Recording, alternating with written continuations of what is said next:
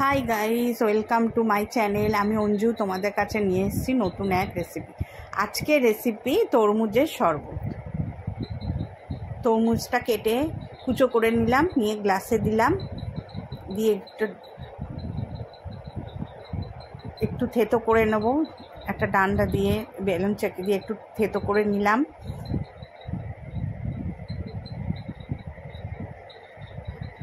একটু টুকরো দিলাম, তারপরে এই জুসটা বার করেছিলাম সেটা দিলাম,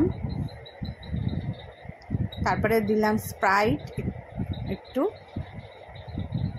স্প্রাইটটা দিলে স্বাদটা একটু ভালো হয়, তাতে একটু জল দিলাম।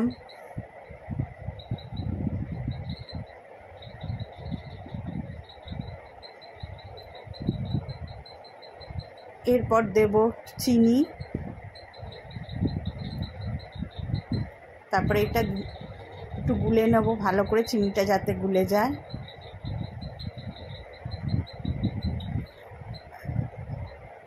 তার মধ্যে দেবো চাট মশলা আর নুন, আমি একসঙ্গে মিশিয়ে রেখেছিলাম, দিয়ে দিলাম। তারপরে আর একটু ভালো করে গুলে নিয়ে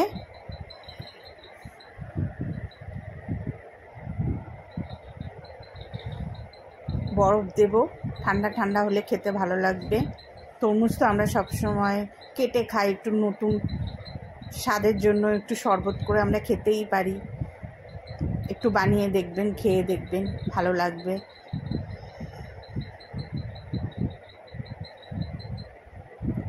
উপর দিয়ে আর একটু ডেকোরেশনের জন্য তরমুজ দিয়ে দেবো কুচানো।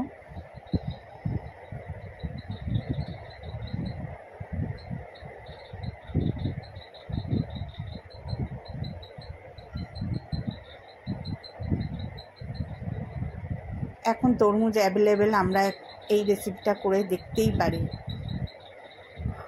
উপরে আরেকটু চাট মশলা দিয়ে দেবো, দিয়ে পরিবেশন করব।